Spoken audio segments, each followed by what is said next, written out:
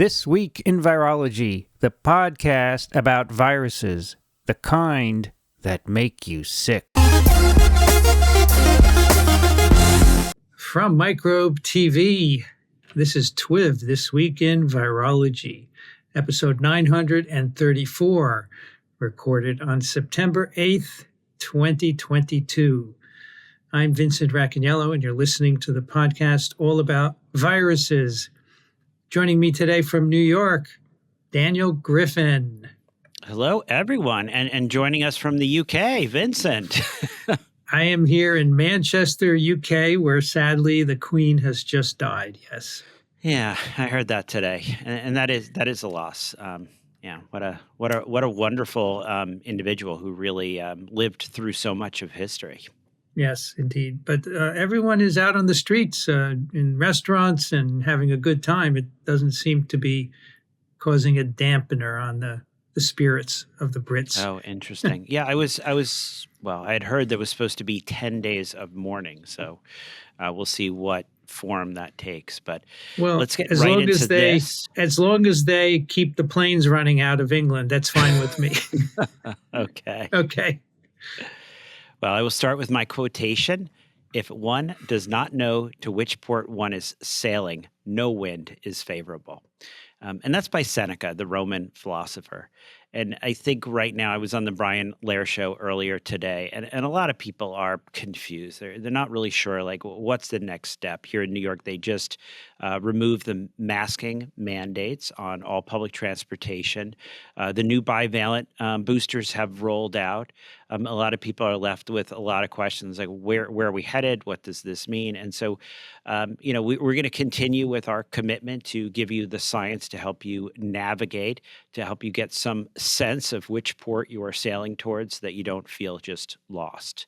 But I'm going to start off with influenza, right? I'm pushing those influenza vaccines. Get your flu shots, get your flu jabs. I'm not sure if our listeners get the CDC health alerts, but the alert: variant influenza virus infections, recommendations for identification, treatment, and prevention for summer and fall 2022. So 5 cases of human infection with influenza viruses that usually spread only in pigs, also known as variant influenza virus infections, were reported to CDC in August 2022. Now, these cases included 3 infections of influenza A, that's the H3N2 variant A H3N2V virus, and 2 infections with influenza A H1N2. So just maybe throw people a little background here. We have our influenza A's, our influenza B's. Those are the main ones to be thinking about in people. Influenza A tends to have a seasonal pattern. Influenza B circulates all year round. And the H and the N, we started numbering those back with the quote-unquote Spanish flu. That was the H1N1, and then the numbers go up. If you see high numbers, you're probably talking about bird flu. So just some of our ID aficionados may enjoy that little bit of trivia. But these cases were identified in West Virginia. We got 3 of them there, 1 in Oregon, 1 in Ohio. 4 of the 5 cases reported exposure to pigs or attendance at an agricultural fair prior to illness, and 1 reported no contact with pigs or attendance at an agricultural fair prior to illness. So just keep our eye on influenza, just a way of getting people to be thinking about influenza, another respiratory pathogen. But let's move on to monkeypox.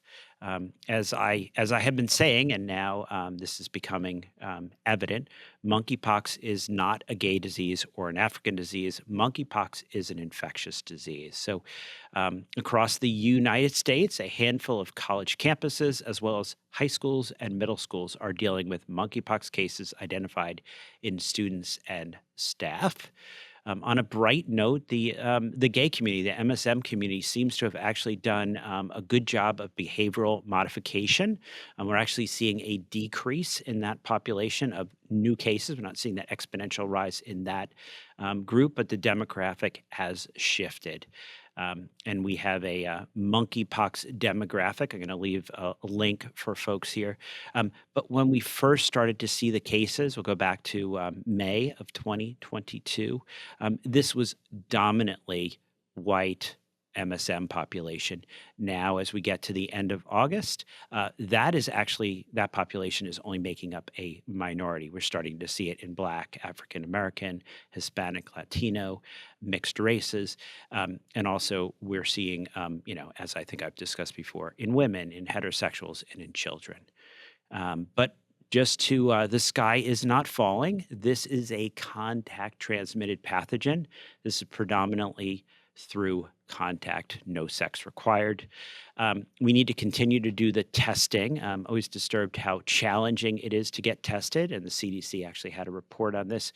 If you're outside that target population, there's really a lot of resistance to getting tested, but we got to do that. We got to test. You should be getting a lot of negative tests. You should be testing. And the way you test is by swabbing these lesions with non-cotton swabs. Do a couple swabs to send off for the monkeypox. You're putting that in liquid. You're refrigerating or freezing that. But, a case I was just consulted on today, you want to also be thinking about other things. Other painful vesicular pustular rashes could be shingles. We've seen an increase in shingles recently. These could be MRSA or staph, could be bacterial folliculitis. So think about that as well. So, if you have a concern, get to a provider. If you're a provider, we got to be doing that tests, because if we don't do the tests, we're not sure what we're looking at. But what about vaccines? We've got them, but do they work? Vincent, I saw you tweeted about this article. I did, because, as you will say, they measured antibodies after, vaccination with Jynneos, and one of the authors, Marion Koopmans, who I like very much, head of virology at Erasmus Medical Center in the Netherlands.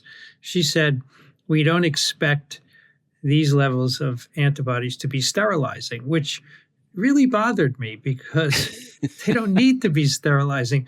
All the vaccine needs to do, by whatever mechanism, is to prevent lesions, and that will block transmission, right? Yeah, so let's hit it. So the article, Low Levels of Monkeypox Virus Neutralizing Antibodies After MVA-BN Vaccination in Healthy Individuals, was posted as a preprint. Now, this investigation starts with the important background that we do not have much in the way of efficacy data in humans for this vaccine.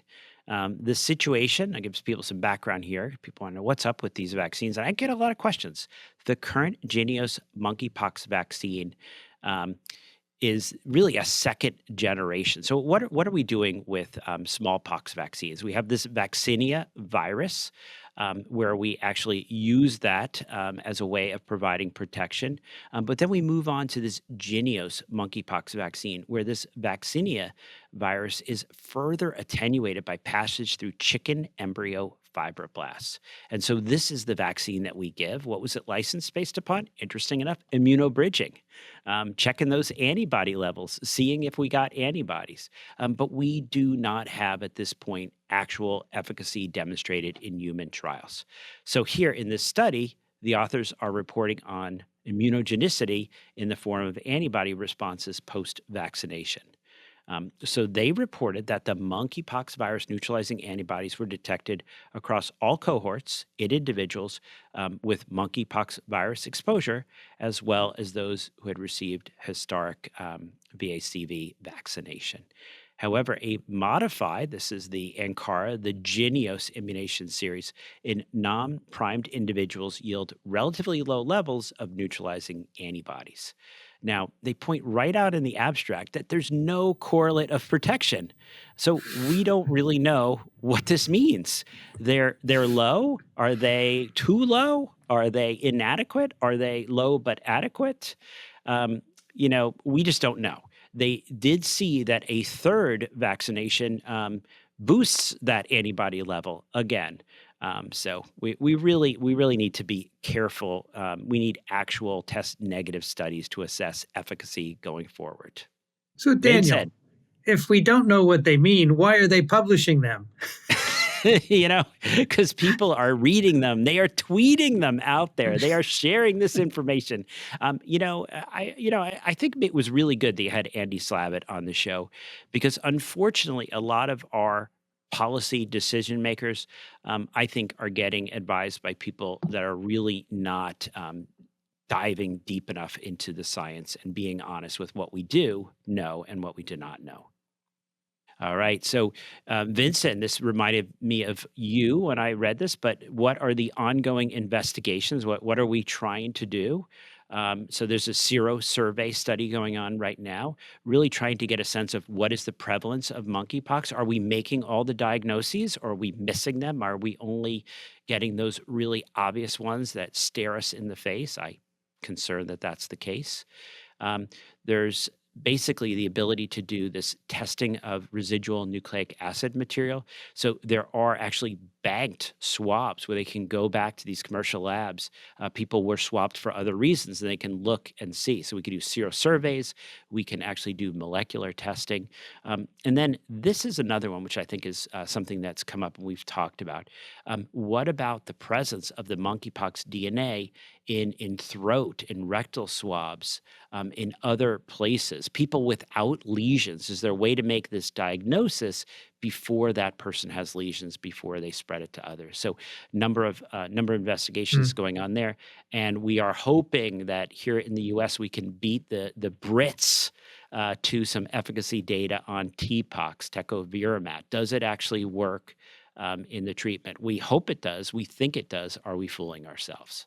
So here in the UK, Daniel, they're checking the blood in blood banks to see if there's any monkeypox DNA. Are you aware of any such studies in the US? Only that it's on the list of the CDC investigations that we want to do, that we're hoping to have move forward. Okay. All right, COVID. Let me start with a quotation from a social media influencer, SMI, with over 600,000 followers on Twitter. Except for deaths that remain at about 500 deaths per day plateau, everything, all are pointing in the right direction.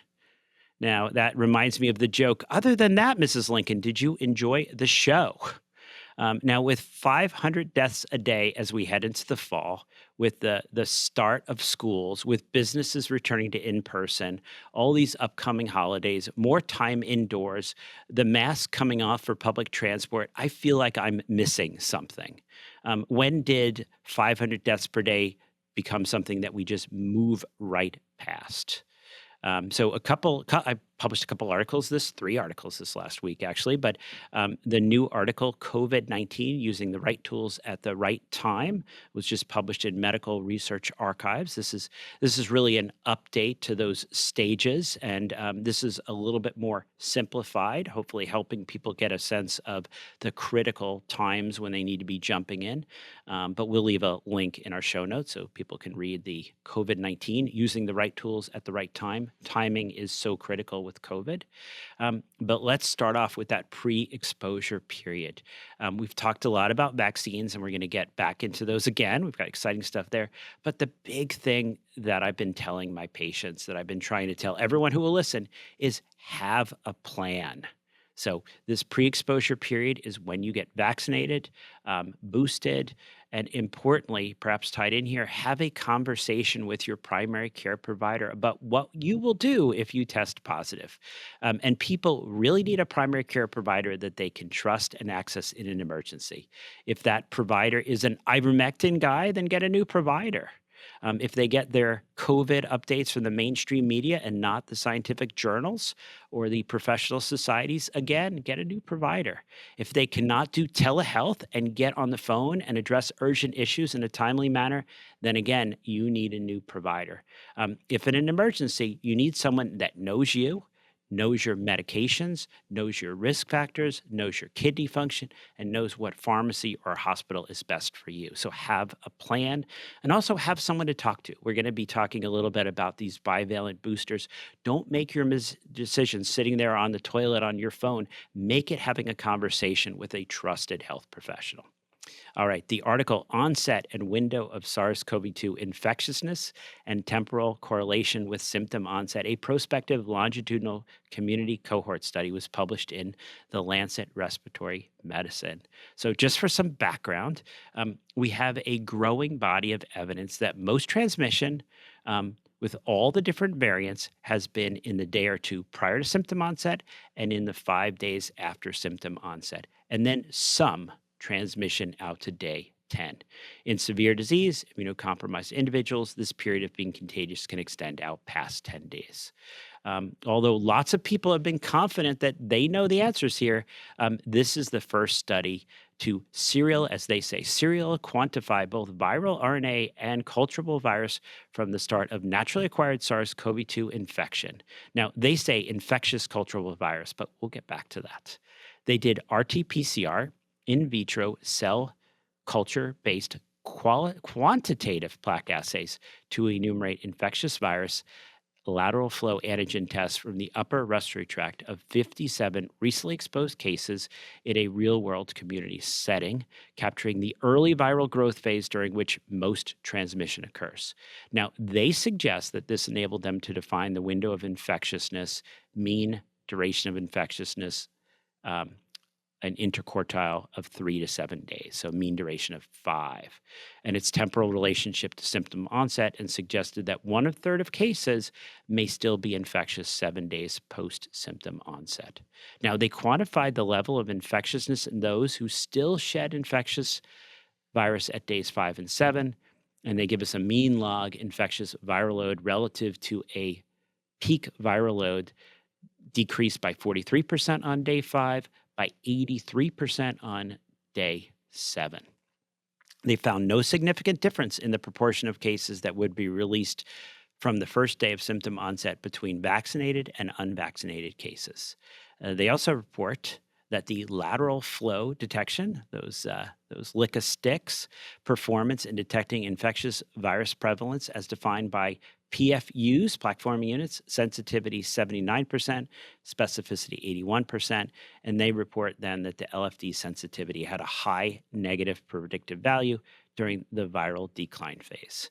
Now, interesting enough, because I know this is being tweeted out there for certain reasons, certain confirmation bias, they conclude our findings provide a rationale for using lateral flow detection to safely accelerate de-isolation, not extend, as most of the people sharing this article are suggesting, but actually to shorten isolation.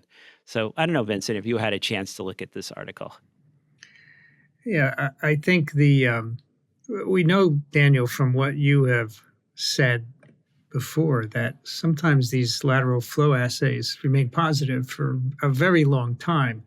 And so maybe this is an ideal study, but I don't think it captures all the variation that happens out there. But more importantly, maybe, we don't know how much infectious virus is needed to transmit. So, they do some nice infectivity assays, but it could very well be that the numbers they see later, past 5 days, are not sufficient to transmit. And so without knowing that number, I don't think we can make any conclusion from this. I'm thinking, Vincent, you're in the UK. You're in the perfect place where what they can do is they can expose people at different levels and then see if they get other people sick, because they do those studies there in the UK. That's really the way to do this science. Yeah, but I'm not participating because I'm too old and who knows what could happen to me. But I don't condone those kinds of experiments. But if they want to do it, that's what they should be doing, and measuring PFU after inoculation. But then, Daniel, they should put people in a room with an uninfected person and see how many PFU you need to transmit to them. Yeah, no, I mean, that's really the study, and really taking this work now and then somehow connecting it with contact tracing, these different people. And, and I think it's interesting if you go back to, I'm going to talk about another study right here, the transmission of SARS-CoV-2, a review of viral host and environmental factors. This was actually published January of 2021 in Annals of Internal Medicine. Great paper with about 144 references.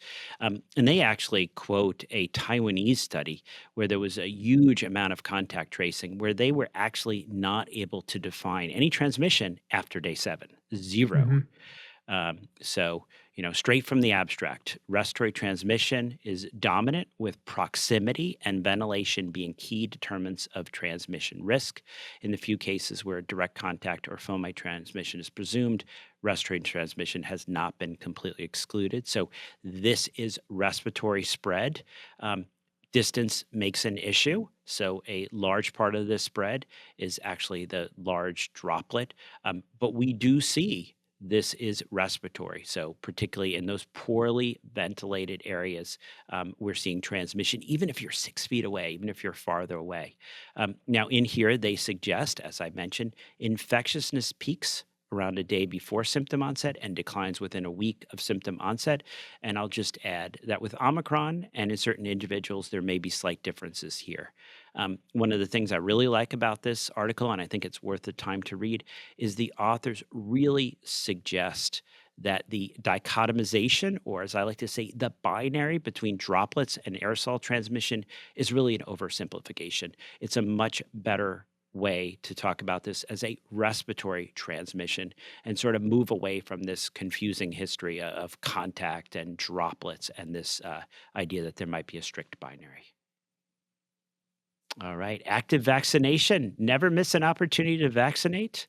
Vaccinated people still get infected. They are just less likely to die or have severe disease. So, as we heard right after we recorded last week, the CDC director, it seems so long ago, but Dr. Walensky endorsed the CDC Advisory Committee on Immunization Practices, recommendations for use of updated COVID-19 boosters for Pfizer-BioNTech for people ages 12 years and older, and for Moderna for people aged 8 years and older.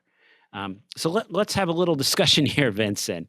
There's been a lot of people, and they're already predicting the future. This is the beginning of yearly boosters. We already know how this will go.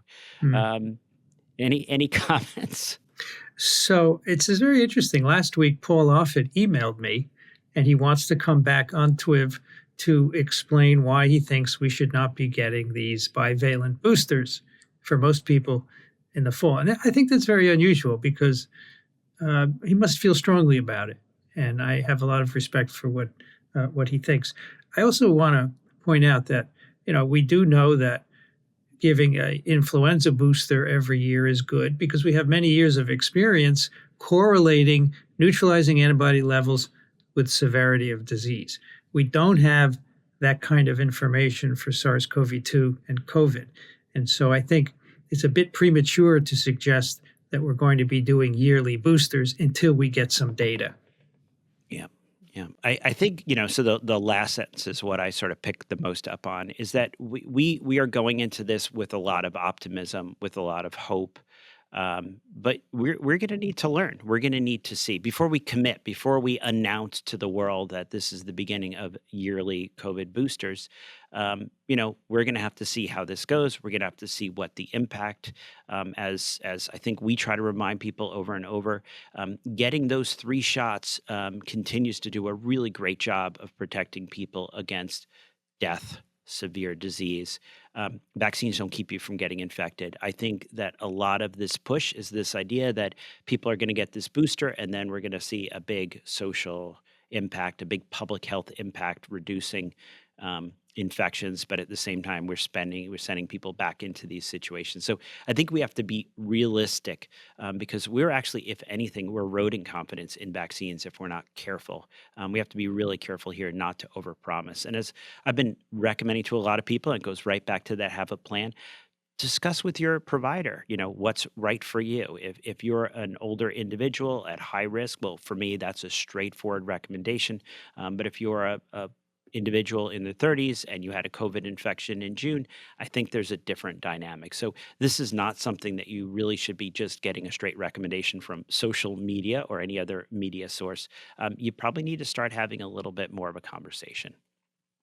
All right, but what about those mucosal vaccines?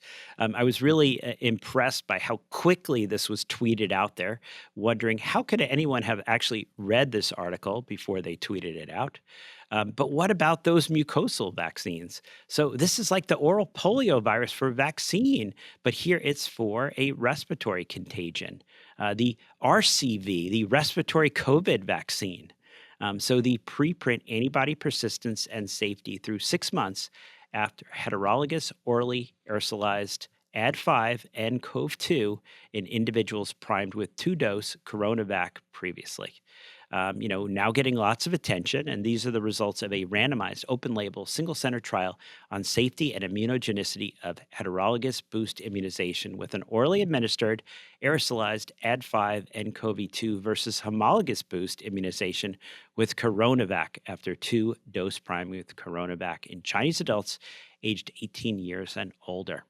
So I want people to pay attention, because what are we looking for and what are we not going to get? So these investigators followed the participants in this trial, including 140 in the low dose group, 139 in the high dose aerosolized group, 140 in the Coronavac group, out for 6 months, neutralizing antibodies against live, because viruses are now alive, wild type SARS-CoV-2 virus, and Omicron variant and receptor binding domain specific IgG antibodies were measured in serum samples collected at 28 days, 3 months, and 6 months after the booster dose. The serious adverse events were documented till month 6. So the low dose and high dose heterologous boost groups had neutralizing antibody geometric mean titers against live wild type SARS-CoV-2, which were 26.4 and 18.4 fold higher than the Coronavac group at 28 days. The low dose and high dose had GMTs that were 26-fold and 22.4 higher at 3 months, respectively. And at 6 months, the low dose and high dose had GMTs, which were 30 and 24-fold higher than the Coronavac group did, respectively. Now, additionally, I think we're getting into the low dose and high dose heterologous boost had GMTs against live Omicron variant of 52 and 23 at 28 days, 23 and 16 and 12 at 6 months, respectively. Are those high enough, Vincent? Do we know? Who knows? However, nearly all participants had no detectable neutralizing antibodies for Omicron in the Coronavac group at 28, 3 months, or 6 months. Now, I suspect our TWiV listeners are waiting patiently for the data on actual mucosal immunity, things like IgA. And the people who do not listen to TWiV and are just retweeting this are not disturbed by not seeing this. Also, not compelling anything I'm seeing in here for protection against Omicron. So who really wants this vaccine? Is this just a way to avoid needles? Is this really a vaccine that protects us against infection with mucosal immunity? To be clear, the authors suggest that this is a way to get those serum antibodies, not necessarily those mucosal antibodies, boosted, and a way to avoid sharp disposal issues, and that maybe there are economic advantages here. But I think people should look closely, because everyone's talking about those mucosal vaccines. This is mucosal delivery, not necessarily mucosal vaccination. So, Daniel, can you go over the data on protection against severe disease and death, please? Oh, that wasn't here. There was none of that. Isn't that what matters? Yes, that is really what matters. And we really do. As much as people keep measuring those antibody levels, we really need to establish some sort of correlation. Is there a correlation there? I think we need to stop for a moment, stop publishing those studies until we actually establish some correlation, until we know what this means. I think it's quite clear that these serum antibody levels will eventually contract. It's interesting that they're still pretty high at 6 months, but not against Omicron. But they'll eventually contract, which leads you to saying, what's so different? Maybe, Daniel, it's really just throwing the needle away. Yeah, I mean, I think that might be true. There's a bunch of people that don't like getting shots. Yeah. So, is this another way of delivering vaccines? You spray it in the room, you breathe this in. I think it's great to have other options for delivery, but I think we need to be realistic about what do these antibodies mean? Are they do they correlate? Are they actually causal? There's really, we're 2 years in. We need answers to these questions. And speaking of those antibodies, just giving them to folks, passive vaccination with Evusheld. I always like to keep bringing this up. And as a little bit of a teaser, next week I'm going to be talking about a new variant, which is now up to about 10% of what we're seeing here in New York, and a little bit of disturbing data about whether or not Evusheld is going to be protective as this grows. All right. So now you've been exposed. You're careful. You're waiting. You're getting ready with your plan. What if you test positive? Number one, it's still Paxlovid. Stop worrying about that rebound. I'm seeing a lot of the worried folks. Can I have my second course of Paxlovid? Can I have monoclonals? I got Paxlovid, but it's day 11, and I still feel crummy.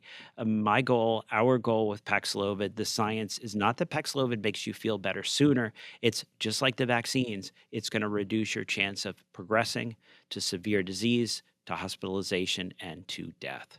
Paxlovid continues to do that. Number two, remdesivir, poorly operationalized. And I think we need to start putting a little bit more pressure. This is that drug that we can do down to day 28. So what about those high-risk children? We really need to do a better job at all our healthcare systems of providing access for option number two. And number 3 and 4, bebtelovimab and molnupiravir. I'm a little bit disturbed, so I'm going to read the research letter, Administration of Anti-SARS-CoV-2 Monoclonal Antibodies after U.S. FDA Administration deauthorizations, published in JAMA Network Open. So people probably remember the good old days when we had the EUA for those monoclonal cocktails, the Eli Lilly, bamlanivimab, atezolizumab, the Regeneron, the casirivimab, imdevimab. But those were revoked because when Omicron started circulating, we became aware that these antibodies were not effective. If anything, they were damaging opportunity cost. People are coming in, getting this, getting reassured that they had done the right thing when we actually had effective alternatives. Well, apparently there were a bunch of people that are not willing to let science stand in the way of doing something unhelpful. And I am shocked at this. 158,395 monoclonal antibody doses were administered after deauthorization. And who were the guilty culprits? Can you guess? Can you guess, Vincent, what 2 states did the worst? Well, Florida. I knew that. Florida for was number sure. 1, 24% of these. But who was number 2? New Gosh. York at 20%. Oh, I would. Ouch. Oh, that's terrible. Well, no, I actually knew a bunch of facilities and physicians that kept doing this despite the lack of efficacy. Lots of arguments. Well, what are we supposed to do? Are we supposed to just throw these in the trash? Yes. Put them in the deep freeze. Maybe there'll be a time in the future where they're helpful again. But Oh my don't God. just give them to people when you know they don't work. Ouch. Okay. All right. And we also, as I've mentioned before, we've got some in vitro stuff. We think bebtelovimab works. But it certainly doesn't work if you wait till about day 9 or 10 to give it. So if you're going to do bebtelovimab, time matters. Molnupiravir, number 4 in the list, about a 30% reduction in the early studies. But actually, as we shared, maybe some better efficacy in the real world. And I do keep every time reminding people, let's avoid doing things that are harmful. Remember, steroids in that first week, a several-fold increase in the risk of bad outcomes. Antibiotics, 95% of the time, you're doing the wrong thing. No ivermectin, it is not helpful. We have studied it. Fluvoxamine, not helpful. Colchicine, not helpful. Zinc, not helpful. High-dose vitamin C, not helpful. But what about anticoagulation? Should we be recommending aspirin, blood thinners? Well, we do not have great guidance here on what to do in the first week as we do during that second weeks. We've looked at a lot of different agents. We've looked at aspirin, agents that block platelets. We've looked at agents that block clotting. We have not been able to demonstrate that that is helpful. But the article, Clinical and Genetic Risk Factors for Acute Incident Venous Thromboembolism in Ambulatory Patients with COVID-19, was published in JAMA Internal Medicine. Now, these results are going to reinforce what we know, and they're potentially going to tell us something that actually can reduce that clotting risk. So these are the results of a population-based cohort study of patients with COVID-19 from UK Biobank, which included participants with SARS-CoV-2 infection that was confirmed by a positive PCR test between March 1st, 2020 and September 3rd, 2021. They're then propensity score matched to COVID-19 naive people during the same period. So they found, and these are those folks that did not require hospitalization, those folks with COVID-19 infection that did not require hospitalization did have an increased risk of venous thromboembolism in the first 30 days. This was an incident rate of 50.99. This is respectively a hazard ratio of 21.4. So these individuals are more than 21 times as likely to have a clot because they got infected with COVID. However, how do we reduce that risk? The risk was substantially attenuated among the fully vaccinated, a hazard ratio reduction. This is 5.95, so about a six-fold reduction. So not only do those vaccines keep you from dying, not only do they keep you out of the hospital, but they significantly reduce your risk of ending up with a clotting complication.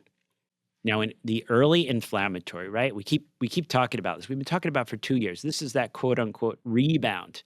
That first week, that's that viral phase. You're feeling crummy. Some folks get hospitalized because they're frail, they're having trouble, they end up in the hospital. But this is really the major time. This is when people get hospitalized for moderate to severe COVID. This is the early inflammatory, lower respiratory hypoxic phase, that pulmonary or cytokine storm phase. So this is where the virus is on the way down, but the inflammation is ramping up. Steroids at the right time, in the right patient, at the right dose, anticoagulation, and we have some guidelines. American Society of Hematology living guidelines on the use of anticoagulation for thromboprophylaxis for patients with COVID-19. The March 2022 is now updated on the use of anticoagulation in critically ill patients, and also the living guidelines on anticoagulation for acutely ill. So we've got our ICU level and our acutely ill. So just to put this into perspective, we have a conditional recommendation in favor of therapeutic intensity in those with acute illness. We have a conditional recommendation in favor of prophylactic intensity, so a lower dose intensity in patients with critical illness, those folks in the ICU.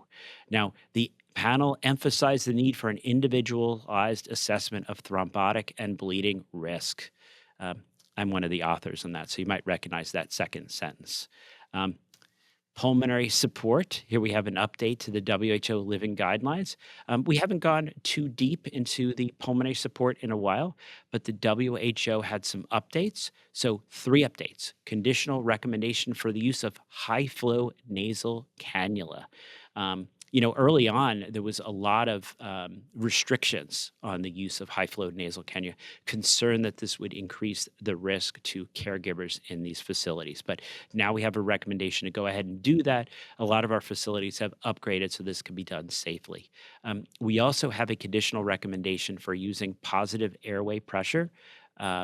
This is really another one of our ways of keeping people off those ventilators. And really, third, a conditional recommendation to use non-invasive ventilation rather than standard oxygen therapy for patients with severe and critical COVID-19, not requiring emergency intubation. So all these updates trying to keep people off the ventilator, trying to provide the pulmonary support without requiring intubation and ending up on a ventilator.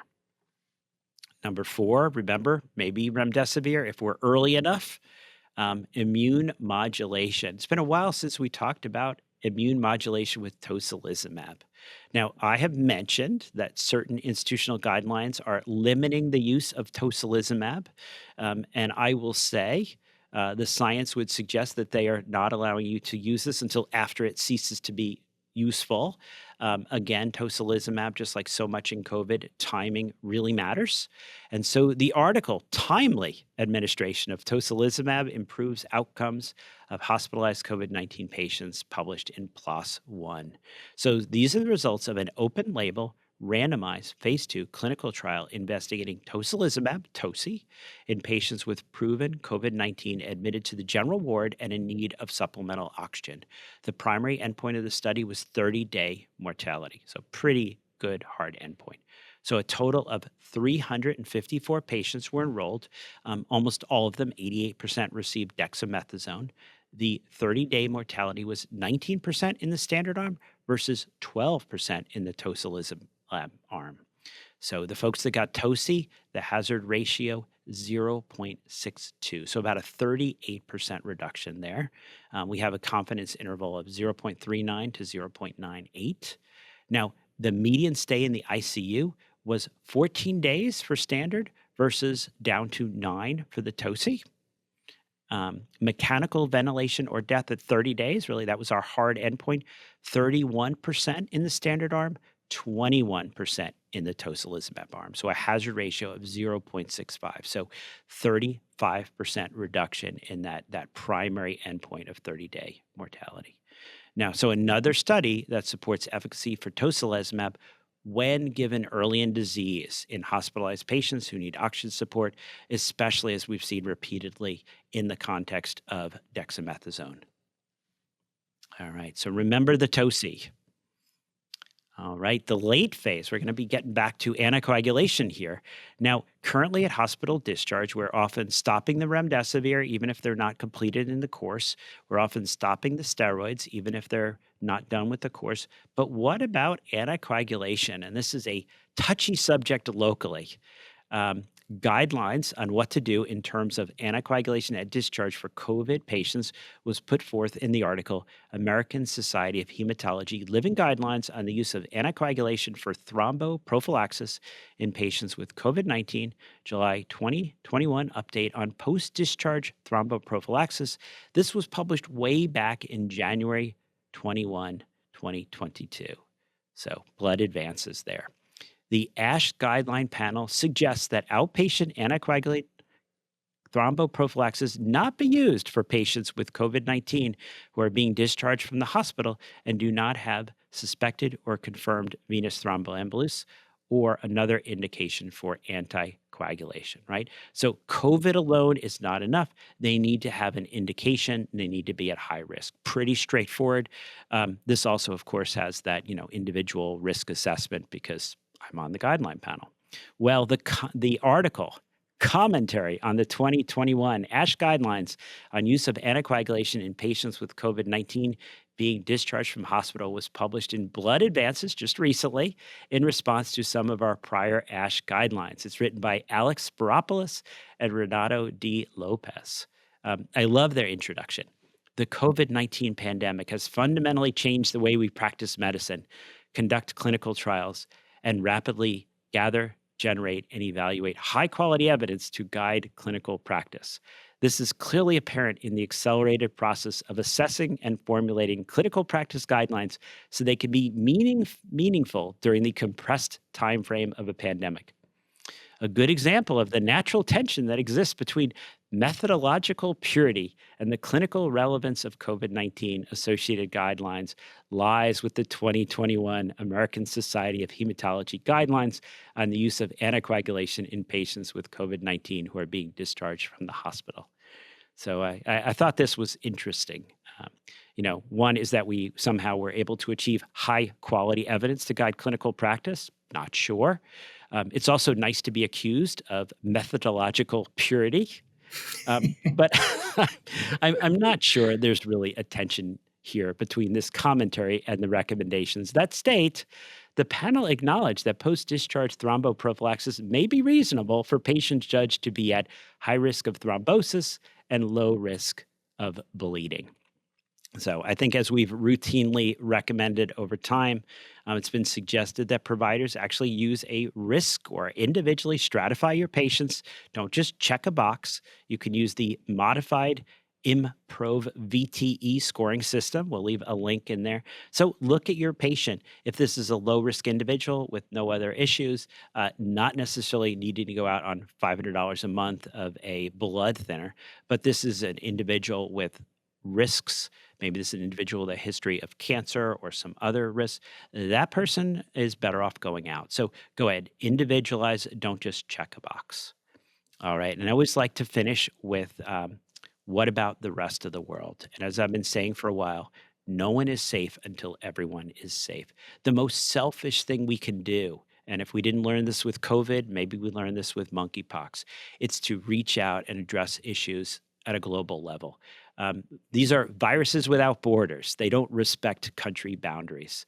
So I want everyone to pause right here, go to parasiteswithoutborders.com, click on that donate button. Even a small amount helps. I actually like the small amounts, Vincent. I know you like the big amounts.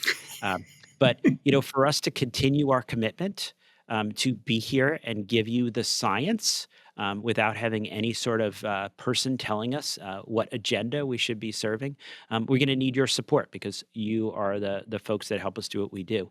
And we will continue our Floating Doctors fundraiser. So during the months of August, September, and October, donations made to Parasites Without Borders will be matched and doubled up to a potential donation of $40,000, but we're going to need your help getting there. I was walking down the street earlier coming to do this recording, and I heard someone yelling my name on the sidewalk. Dr. Racaniello. And this fellow came up and said, I'm a local infectious disease physician. I just wanted to thank you for everything. So I thought that was really cool. And so we never get tired of hearing you tell us whether you like what we do or not. Mostly that you like what we do. Really appreciate it. So, I prefer the positive comments. Yeah. All right. It's time for questions for Daniel. You can send yours to daniel@microbe.tv. Anonymous writes, I'm a 25-year-old queer person and qualify for the monkeypox vaccine. So I just got my first dose of Jynneos. Wahoo! When I went to get the shot, I was asked whether I developed keloids. I mentioned I get hypertrophic scars, which are basically keloids. So they administered 0.5 ml of the vaccine subcutaneously instead of 0.1 ml intradermally. My question is, what's the biological reason for administering Jynneos sub-Q per its traditional administration rather than ID at the lower dose to stretch out the vaccine supply for patients who develop keloids? Is the concern cosmetic? Is there a reduction in efficiency of vaccination if a keloid develops, or is the science on this unknown? Love the pod. Thank you, and Dr. R, for keeping us up to date on the latest science and policy. Now, thank you, Anonymous. As I like to say, I love your poetry. There's not a lot of science on this. We don't have any studies where we've looked at keloid formers, people that form hypertrophic scars, done antibodies, done any sort of efficacy trials, effectiveness trials. So it really, in this case, it's a cosmetic consideration. Ellen writes, I have MS, and I believe that with each COVID shot, my symptoms have gotten worse. Don't know if it's from my immune response to the injection or not. I had no reaction to the first one, but the second and the next 2 booster shots caused me to have a fever, which exacerbated my MS symptoms. Have you heard of any other MS patients having this problem? So yes, and actually thanks for writing in because I think this is helpful. There are actually a number of studies, and actually the MS Society has some studies looking at this. I mean, there's an inflammatory, a reactogenicity. So this is not something specific to any COVID vaccination. This is we have heard over time that some individuals will have a worsening of symptoms with vaccinations, with any kind of infection, with any kind of stress like this. There's been a lot of discussion and a lot of sort of, what is better, to get vaccinated or get COVID? I think you can guess what's better. Getting COVID, the stress, the impact on MS is significant, is severe. So we definitely recommend people with MS get vaccinated. But actually, the MS Society has some ongoing studies looking at this. So this might be something that you want to go on there, Google, check out the MS Society, and they actually have links to some of the studies looking at vaccine responses in the MS population.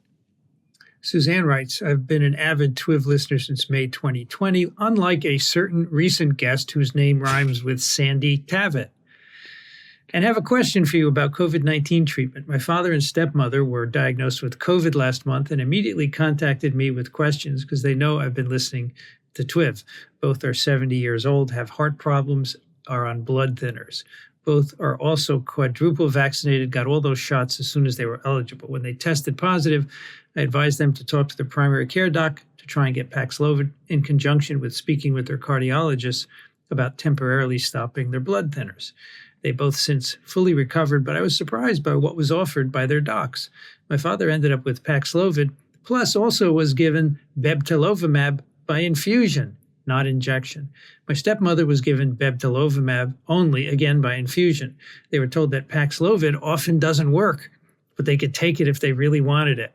I insisted that it was what they should take, so my dad did take it and temporarily stopped taking a conflicting med. The doctor, however, wouldn't give him that alone, which is why he also had bebtelovimab.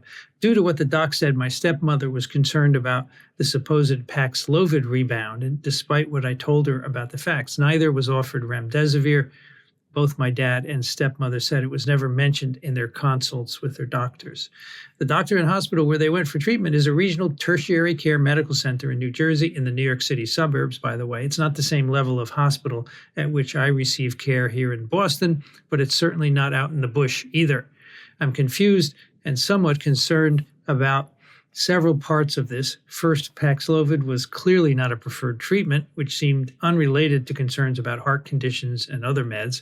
Second, no mention of remdesivir. Third, they're given bebtelovimab by infusion. Fourth, my dad was given 2 different treatments. I'm glad they're fine now, but this type of care is confusing and concerning. What do you think of this?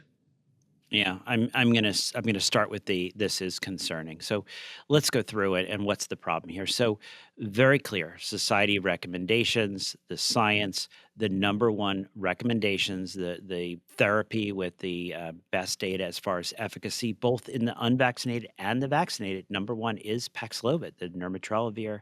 Um, this is the number one thing people should be getting. But the problem is we have a bit of a broken system. How are physicians often educated? How do they learn about these new drugs? Well, they have these drug dinners. They have ex-cheerleaders taking them out. They have people coming through the office with these glossy pamphlets. Unfortunately, a lot of physicians read the mass media. They've heard about Paxlovid rebound. They've gotten concerned about that, and they shouldn't. Because Paxlovid does what we want it to do. A high-risk individual gets Paxlovid, about a 90% reduction. If they're vaccinated, I think we've looked at the studies, about a 75% reduction in progression to hospitalization, severe disease, or death. So Paxlovid should be number one. Number two, we should better operationalize remdesivir. And I think that that's a big problem. And again, we live in a system where there's certain rewards for certain things. Remdesivir, Vincent and I were in a discussion one time where only about 3% of acute COVID care is remdesivir. So it's really not accessible. Here in our immediate area, things are a little bit different, but things should be a little bit different everywhere. Now, monoclonals and molnupiravir, that's 3 and 4. Now, bebtelovimab is intravenous, so that's fine. The administration is fine. That's the way it's administered. But it's number 3/4 because we don't have the efficacy data. We're not sure how well it works. The other problem with it is there's often delays, as you may have encountered. It's not like you call, get the diagnosis, and start on your medication that night. It's often in next several days. Again, we're sort of fortunate, our little local island, where people can get that bebtelovimab same day. But yeah, again, this is one of those challenges. And I hate to disparage the doctors, but doctors have to keep up. And if you realize that your doctor is not keeping up on COVID care, what else are they not keeping up? If your parent's physician is not keeping up on COVID care, what else are they not keeping up on? I know it's not easy, but there are physicians out there who really are taking this responsibility seriously and staying up to date. Those are the physicians that you want to be your physicians. That's TWiV, Weekly Clinical Update with Dr. Daniel Griffin. Thank you, Daniel. Oh, thank you so much. And everyone, be safe.